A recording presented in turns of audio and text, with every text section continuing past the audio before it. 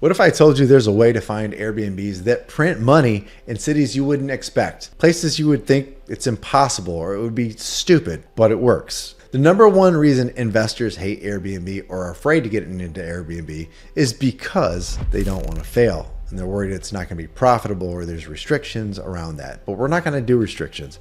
The last video was about restrictions and regulations. This video is about making money on your property because that's what investors need to do. They need to make properties profitable. But today I'm going to show you a very simple method that I use all the time to find properties literally every week for my clients, my students, and myself, because that's what we do.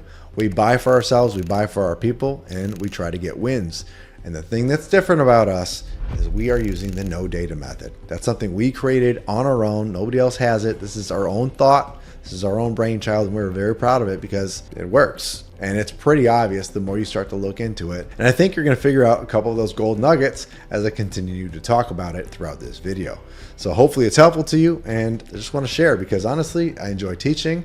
And I think that you're going to get a lot out of this video, especially if you're new to it. I've helped over 200 people find profitable Airbnbs, and I've analyzed thousands at this point. And after analyzing all those deals, I started building a system over the last few years, and it's working. And it's still working. It's working better than ever. And now you're going to get pieces of that that's going to help you understand what all that knowledge and experience is and what we see differently that a lot of people don't. And the data will never show it. That's right. I know AirDNA is great. I still use it, but it still misses so much. And if you don't know what it's missing, you're always going to end up missing on the profitable properties. So listen, this is a no fluff, no hype. There's not going to be incredible, crazy editing. And these are real on the market properties today. I didn't prep any of this. I'm just diving in with you, but we're going to edit down this hour long of recording to something that's a lot more palatable to you, and hopefully you enjoy it. I hope you can take away from these steps. You can find some success on your own. And if not, we have a free mini course you can also get access to. We have free deals sent to you every single week. We're going to be giving another freebie in this video as well.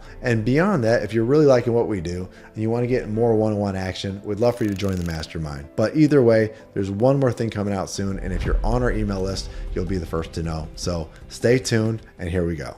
All right, so now we're going to jump right into it. I'm going to show you the general theme of what we are all trying to do as STR investors. We're hunting on Zillow, right? We're looking at Zillow. We're trying to figure out the best way to find that diamond in the rough. And I can tell you this, when you're looking in Michigan, pools are a big deal. So that's one of the things I usually look for. And I also look for add value things. So things that are kind of in markets that I know have a higher value than what's coming up. So maybe if I'm looking in Royal Oak, I'm looking at things that are under 250 because I know it might be worth 400 to 600 after I'm done repairing it. But in Birmingham, I just did one where we bought it for 380. We're hoping it's worth 650 by the time we're done. And it's going to cost over 100,000 of a lot of capital put into it to get it to there, but high risk, high return, right? So getting into it, let's figure out how are we looking in Zillow to find a good property.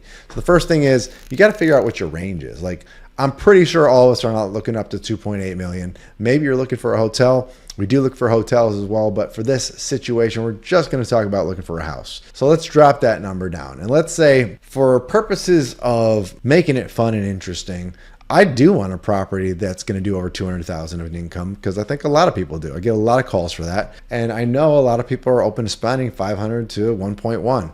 So I'm just going to say, you know what? Let's see what 1 million can get us. So I'm putting it at 1 million and I'm going to put this up to 500. So we're looking at $500,000 to $1 million right now. And automatically what's come up? Oh, this property, this was not intentional. I don't even know how good it is or not, but I'm not going to click on it yet because I want to make sure I have a pool. Oh, I do. I do have pool clicked here. There's a few other filters I think you should put in because at some point you're just looking at hundreds of deals on a map and you need to be increasingly more specific on what you're trying to actually create. So one of the things I've always realized is whether you're at a hotel or an Airbnb, there's X amount of people that are going to be staying with you, right? And let's say you have a group of five couples, 10 people. Let's say they're 30 something and they want to get away. They want to have a good friends trip. And if they were going to stay at a hotel, they might stay at a nice hotel. Maybe it's $250 a night. So that's $750. Once you add in fees, maybe you're almost at $1,000 a couple. Now, $1,000 a couple with 5 people, that's $5K total they're spending, right? So $5K total for a 3-day weekend. Do you want to spend that at a hotel if you're all doing the same thing and you want to hang out? Or do you want to be at an Airbnb? A little bit more private, a little bit more, enjoyment with the common areas. You're not having to go and be like you're 18 or 20 and sitting on each other's beds trying to have a good time, which that could mean a lot of things for different people, of course. But I think I'm too old to kind of be cramming into a hotel bedroom with my 30-plus-year-old friends and going, man, this is a great time. No, I want our own couches. I want our own bathrooms. I want our own bedrooms. No, I don't want to sleep on a twin with my wife next to you and underneath some other couple that's on a twin bed because it's a bunk bed. I don't want that. There's a new avatar that's coming, and I think that the more you build the property to meet that avatar, you're going to see it. If you've seen any of my other videos, you know I'm very big on data, but the way I'm big on data is quite different. For me, data just tells you what's there, not what's going to be there, right? And especially in emerging secondary and tertiary markets, that's especially true.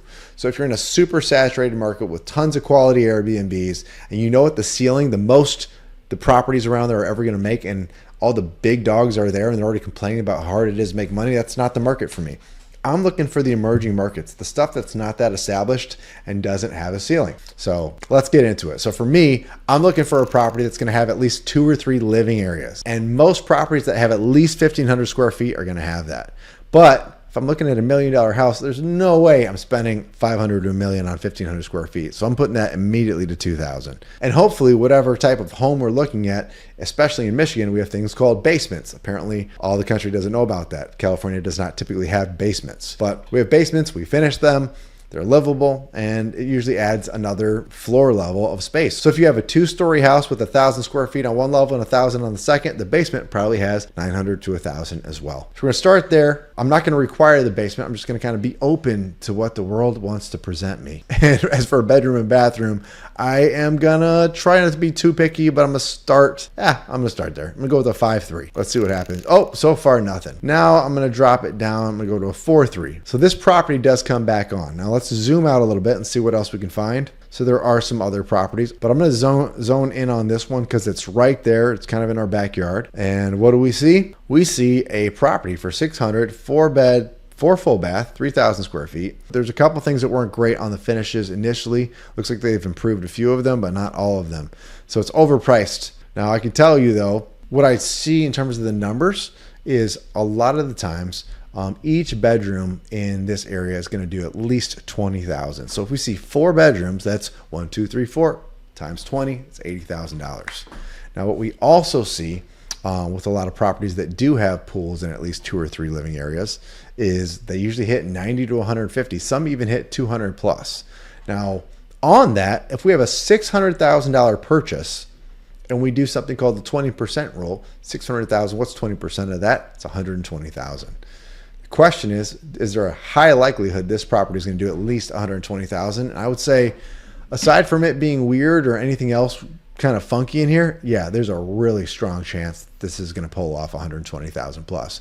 Because as we've seen, really nice homes with great backyards and a pool tend to do 90 just easily. Most of them end up around 120. In fact, we have a few students with pools and they're all hitting off the charts numbers, probably all trending to or above 150,000. So in this next property, we kind of just saw it, but I think it's worth discussing because what do you see when you see that first photo? I mean, really, like if we hone in on this photo, what do you see? If you don't see a damn good time, I don't know, but maybe you're the neighbor and you're going, I do not want to see a good time there because it's going to annoy me. And I understand that. But we have other things and ways to kind of mitigate that. We have noise monitors and whatnot. And of course, just like anything, Airbnb has a rating system.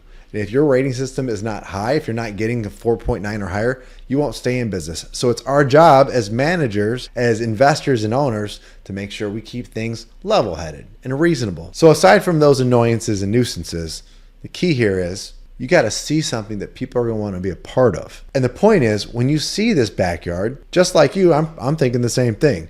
I wish that was my friend's house because that's where I want to hang out this summer. That looks like a good time. And I think that anybody that would see a picture like this on Airbnb is going to go, yeah, that's probably the one we should stay at. And as a matter of fact, where is Saline? It sounds like Nowhereville, right? It's adjacent to Ann Arbor, where there is U of M, Go Blue. And when you go back to your alma mater to see the big game at the big house, you're going to go, where am I going to stay? I want to stay near the stadium, but I also know it's going to be packed. And I also know most of the houses there are in shambles because college students live in there and they party there and they ruin things as early and recent as the night before, or they're going to do it that same day. So then you make that decision. Where are we going to stay? And you're like, I don't want to stay in this nasty duplex that's been puked in and God knows what. Like, I make money now. I want to stay in a nicer place. So you might look for that nicer place. And I bet if you're looking at the top 5 places in Ann Arbor, you're not going to see something as nice as this. In fact, let's explore that idea. So here we are. We're checking out Ann Arbor and we want to see where are the best places to stay. And what pops up? Handful of houses. Nice walkway. I don't want to carry my bags up that thing, but maybe there's a driveway at the top, but that's my first impression. First impressions matter. Why, guys? Because when you first land on the page, you see about the top 3, probably the top 6, maybe the top 9. Because these ones get cut off, don't they? Depending on how big your browser or window is. But as you can see, as I scroll down, it doesn't get better, does it? And when it doesn't get better, what do you not want to do? You don't want to keep scrolling. And that's why you need to make that first page. First page ranking really matters. And the sucky part is, I know properties that are guest favorites and they're on the 3rd or 4th page. So just as a matter of double checking, I'm going to keep scrolling. Again, I'm looking for things that are going to catch my eye because you have one photo. You have one photo to catch the potential person's eye, the potential guest that's going to stay at your property. You don't catch their eye with something good, you're not going to get booked. I can tell you right now, when I see like this couch and this carpet, I go next. I just don't care. If I see this dark, this is so dark, I literally didn't even see it. Lights were out. But here we are. Okay, kind of an interesting kitchen, but that's it. Again, this is poor lighting, no professional lighting. This looks like somebody's dorm room. Lofts, kind of boring properties all over. And that's kind of unfortunate, but it is what it is. So look at that. Guest house in Ann Arbor. This one looks actually kind of nice. That's not a great photo. Kitchen's nice. If this is your actual guest house, it's actually pretty nice. And at 5 stars, it's worth considering, but this is my proof that guest house favorites sometimes appear on the 3rd or 4th page, and sometimes are worth a double check. But if you're not landing on a first page, you always want to work for that. Now let's go back to the first page and let's spot what was the obvious choice. This first one at least has some tastefulness. This one looks like a solid house, but nobody goes, hey, you know what? That brick is the reason I'm going to stay at that house. They don't do that. They want to see where they're going to enjoy themselves and feel that entertainment experience, right? And again, this one, it kind of hits that, but it looks stale at first glance. Damn, actually, this kitchen, hold on. This is what they should have led with. Guys, I'm helping you out. If this is your listing, you need to change your photo, because if I see this with the awesome double fridge, I mean, that's like a Sub-Zero over there, I'm probably going to go, you know what? I need to see what else is going on here. So like this is okay. It doesn't look very comfortable, but I think it's still a pretty nice property. So this is one of those things you have to look into, is like, why would somebody stay here or there? They're getting an exceptional score. Anything over 4.9 I think is great. They're asking $450 a night. They're doing pretty well. And let's see, if we go back to this one, I think this is, you can see that the picture just called to the eye a little bit more. It looked more thoughtful. Chateau de James. I mean, that's just incredible. Thank you, James. I'm not super impressed with the kitchen, but I can see there's been attempts to upgrade the property. It's an older house, and I think it's still got character. Kind of basic, but it's good. Some stuff looks a little hand-me-down, but like, I mean, I'm sorry, maybe that's being mean. This is not my style. I'm sorry, it's just not. To me, if that's your dining room, I'm not staying there. Don't care. Kind of cool showers, though. I do appreciate updated bathrooms because I don't like janky old bathrooms. My wife doesn't either. Maybe we're prissy, I don't know. It's okay. But this could have been done better. This looks beyond afterthought, and this is what's hurting this listing. And then everything else is just the grounds, which are not owned by the property, of course, but they're doing really well. $1,200 a night for a, what is it, 12 bedroom, 5 bath? Where do you fit it all? So I do think that they have that going for them. Now, if we actually want to figure out how well they're actually earning, we got to go over here, right? And what I want to do next, because as we look at this photo, going back to the subject of why we're even looking in Ann Arbor or even adjacent, is this. Now, of course, we need to check our zoning, make sure there's not an association issue, any title restrictions on the deed. And then let's see, as we kind of keep scrolling, it's, you know, I don't love the tile job in here. It's dated, but I could work with it. I could bring that thing back to life pretty quickly. I think a lot of it's just paint, carpet, maybe new wallpaper, new light fixtures. I'd probably just put a new LVP down. I know people hate that, but sometimes refinishing hardwood floors just takes a week and a half and it's not worth it. And it's more expensive than it's ever been. It's cheaper still to do the LVP. There's such nice stuff out there now. Oh, okay. We have one thing. This almost looks like he's jumping on the bed. Shame on him. This is actually pretty decent. I like how they did that bathroom. So I don't see a whole lot going on that's too bad in here. And this could be a fun room. I'd get rid of that brown. I think that really drags the vibe down. Anything lighter, get rid of all these browns. They got to go. But one quick rule of thought when you're trying to come up with numbers is between floors, fixtures, and lighting, it's usually $10 to $15 per foot. So at $4,500, it's at least $45,000.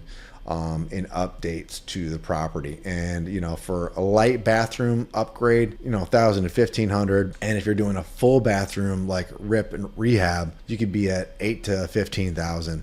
We get it really close to $10,000 just because we've been doing it for so long, but obviously most people won't be able to hit the numbers we do. But let's just throw these numbers out. Let's say we did $10 a foot for the new flooring, the light fixtures, and the paint. So we're at $45,000 right there, and we do another $10,000 per bathroom. So that's $50,000 plus the $45,000. So what are we at? We're at $95,000 already, and I'm probably going to throw another $5,000 in there for some buffer money. So we're at $100,000. So it's not going to be cheap, but is it worth it?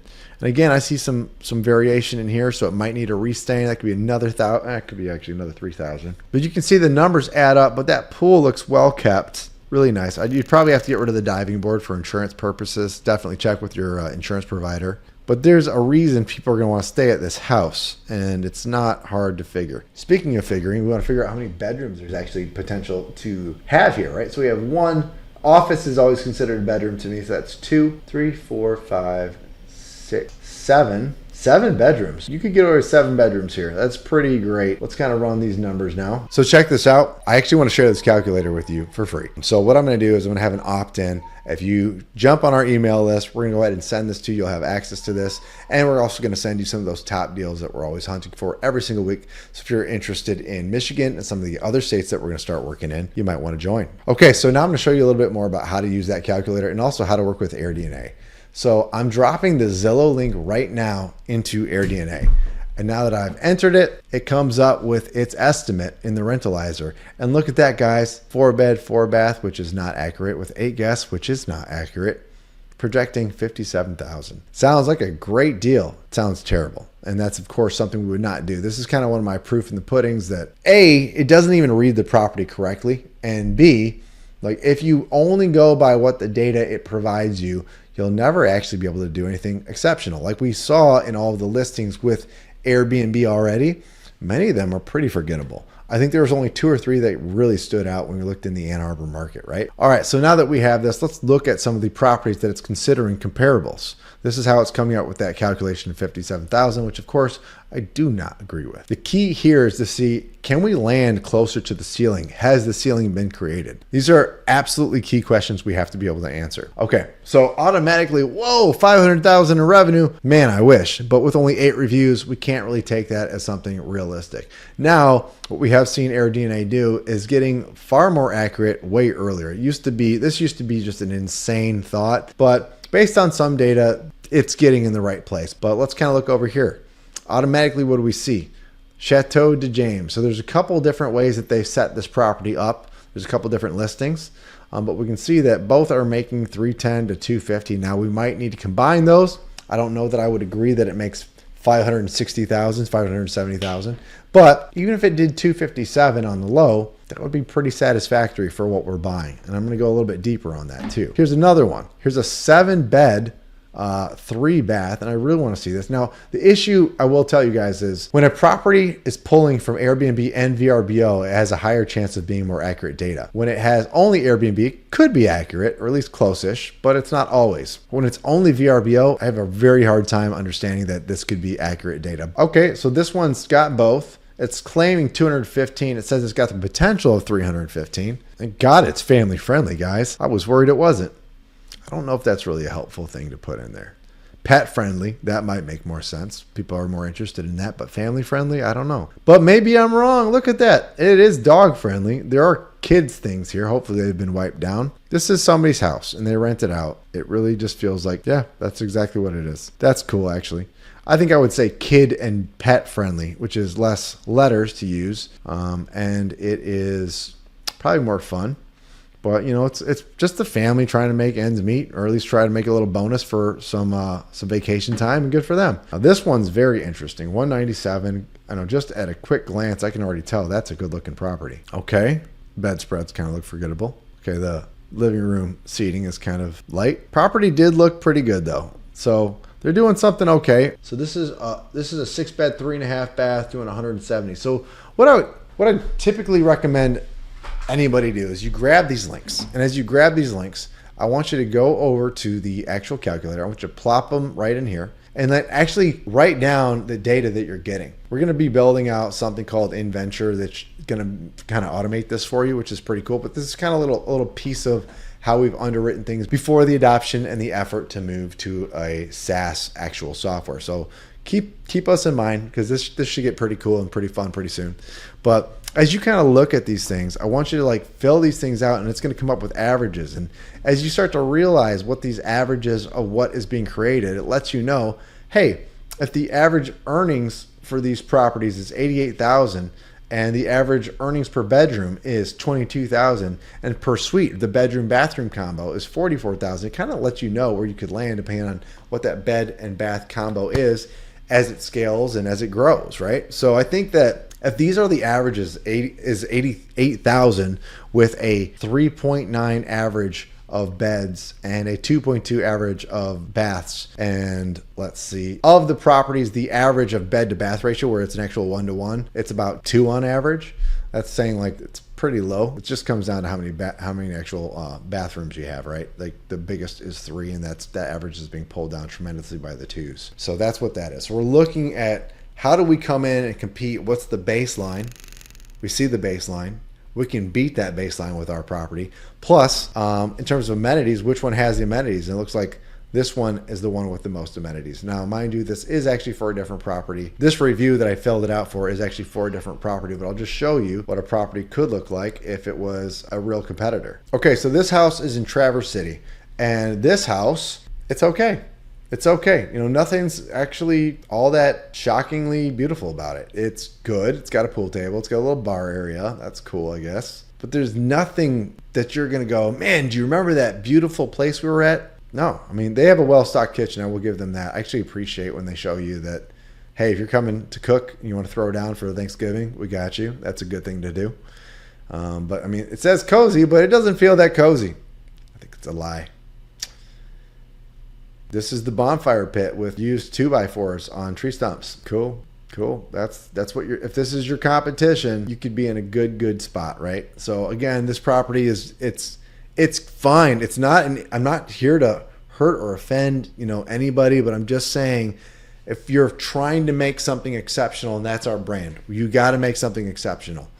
If you're not going to do it, you can't expect exceptional results. So let's hone in a little bit further on AirDNA. Let's really focus on what properties we can find that will give us a better baseline of where our property is going to land. Our bedroom count's already going to be one of the largest with 7 bedrooms. But as we kind of tweak this thing up, we say we're going to accommodate at least 10 people. And let's say bathroom wise, why does it scroll so fast? That's so annoying. Let's say we're going to do at least 3 bathrooms. So I want to see what our competition is at that just underneath our range, because there's a concept called bracketing. If you have a 5-bed, 3-bath, you want to find out what the 3s to the 7 bedrooms kind of make. You know, go up and down 2 from what you actually have, maybe 1. Now, the likelihood of somebody having something that much greater than your 5-bedroom gets pretty uncommon. But on 3 baths, you might be able to find somebody with 4 or 5 baths. Now, our property, again, it's kind of abnormal. It's a 7-bed, 4-bath, depending on how you set this thing up. And as we can already see, 1, 2, this is kind of the same property, right? This beats it. So I would argue 250 is not happening for us. This is the bracket. This is the upper end ceiling. And I think it's arguably a better spot. Again, there's an argument against it, but I think it does a good job. I also don't think it looks as accommodating. So maybe I'm wrong to call this the ceiling. But if this is truly a 5.5 bath property with 8 bedrooms, then it's probably our largest physical competitor. Now, again, as we look at this, let's see. Oh, I sold a house in Water Hill. Now, what's funny to me is this property just, it begs the question. It's good, it's clean, but there's nothing fantastic about it. So again, I'm kind of like, I don't know. Now, as we kind of tour through these other ones, we see this 200, this 250, we were just talking about that one. 170, 170. Then it's probably our largest physical competitor. Now, again, as we look at this, let's see. Now, what's funny to me is this property just, it begs the question. It's good, it's clean, but there's nothing fantastic about it. So again, I'm kind of like, I don't know. Now, as we kind of tour through these other ones, we see this 200, this 250, we were just talking about that one. 170, 170. Let's see. I actually want to check this one out because in terms of actual functional size, bedroom, bathroom count, it's the most similar. I wish I had more reviews. I could have used professional photos, but oh, look at that. Okay, that's actually pretty great. This should have been their hero shot. This is way better. Is that a pool? They have a pool. We finally found the house with the pool. Kind of a small little pool, but it's a really nice house. I actually think this is our #1 best comp, arguably the better location. It's probably our #1 comp, and I actually think they did a good job. So here we go. See, I can say nice things. All right, so 170,000. We're gonna put it in. Boom. Let's say we do 4 turnovers a month. Let's actually bump that up to 5. And let's say our cleaning fee is, let's try to match our friends. Maybe we can get the same cleaner. That would be cool, especially if they're doing a good job. So we have a 400 cleaning fee on this one. This is 250 on this big. Wow, that's big. We can put 350 in there for now. 5 cleans, 350. Property management. I'm going to self-manage. So as we continue through here, utilities. We're probably gonna be things have been creeping up, guys, so I'm gonna go to 450 on this. Wi-Fi, internet, that's been creeping up. We used to be at 45. Cable, that's the same thing for me. Depends on the size for your supplies and your re-ups and the general use, but I'm gonna call it 100 for this one. Snow and lawn, it doesn't look like it's going to be that big of a lot. I'll call it 160. Maintenance person, that can vary. I'm gonna go down to 50. We'll see how that works out. War chest, I used to always do this. Again, you can add an additional rider for STR insurance. It's up to you. We do it sometimes if we start seeing that a property just ends up being, a major issue. But honestly, Airbnb support has probably filled 90% of our requests for reimbursement. We've been pretty happy with that. I'll keep this at 50 actually. So total expenses to run this property, we're at $26.50 pretty much, right? And expense to gross ratio of that is 18.67. But then we have to figure in our debt payment, right? What's the mortgage? So the mortgage is right here. So we have a 30-year, let's increase our mortgage interest to 8.25 because it's been creeping up again. The quickest way to do that is go to the Michigan Property Tax Estimator. So you go in here, it's super easy, begin estimating property taxes, click it. So county, city, school district, and then you got to figure it's non-homestead. So that's our millage rate. This is a high millage rate, but it's kind of normal for investment properties. This is the bummer of being an investor. You do pay a premium. And so 800, let's say we got this for, let's say 800. And then so the SEV is half of that typically. Not always, but typically. So we're gonna go 400,000. So nasty. So 27.3. That's going to hurt us. Let's see how much it hurts us. So 27.3. And then for our insurance, I'm going to go 2,500. That should do it. Just using other properties we have that have had pools, and you're going to be over 1,700 no matter what. So we're going to go 800 here. And project to start to complete. We're going to try and get this thing up in 2 months. Down payment, we can do 15%. You can do 5% if you get a second home loan. We're not going to do fix and flip on this. So that's cool, but we won't have to. I think we did say we're going to do 100,000 on this. And then for furnishing, we're going to use, I think, $8 a foot. So it's 4,500 times 8, 36,000. So this is going to be a pretty penny now. But is it worth it? That's the question we have to ask if we want to be investors. So 36,000. So what's our cash on cash? We're looking at a 17% cash on cash based on how this is panning out. So our cash to enter the deal is $272,000. I know all of you have that in your back pocket, right? This was a very expensive deal, but we wanted to see if it would be worth it. But what's your net operating income? If you're making almost 50,000, you buy 2 of those, it's kind of starting to pan out, right? Now, let's say we did do better. Let's say we did compete with those 200K earners. That's going to up it by 30.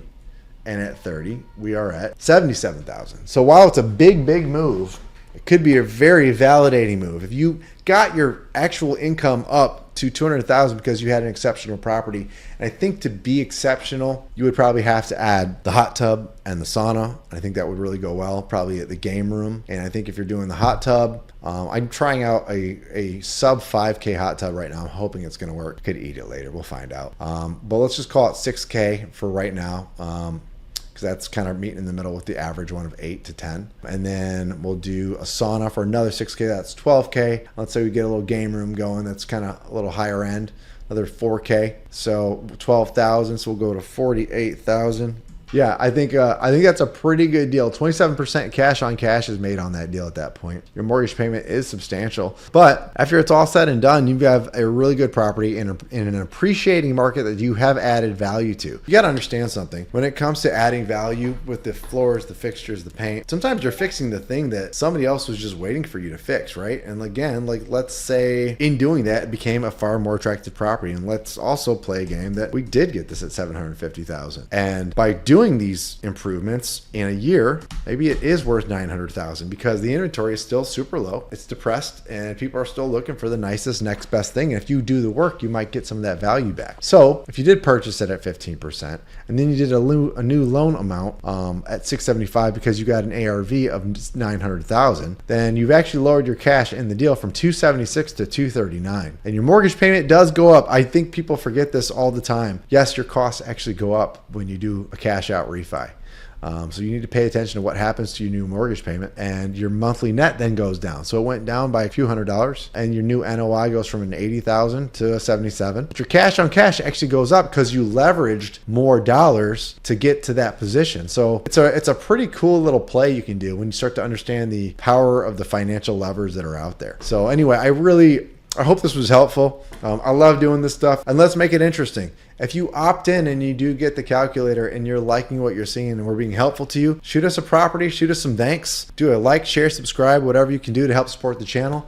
And we'll even do a review for you. That's right. I'm happy to do these reviews. I think they're kind of fun. And we can just get a little bit more dialed in and deeper into the weeds on how we go through these properties. And soon I'll show you how our software is going to work because it's still in that beta testing phase. And beyond that, I'll show you our multi-property underwriting tool, which is only available to our mastermind members. But I'll show you because at least you get a feel for how we're able to look at so many properties every single week and send those deals to you.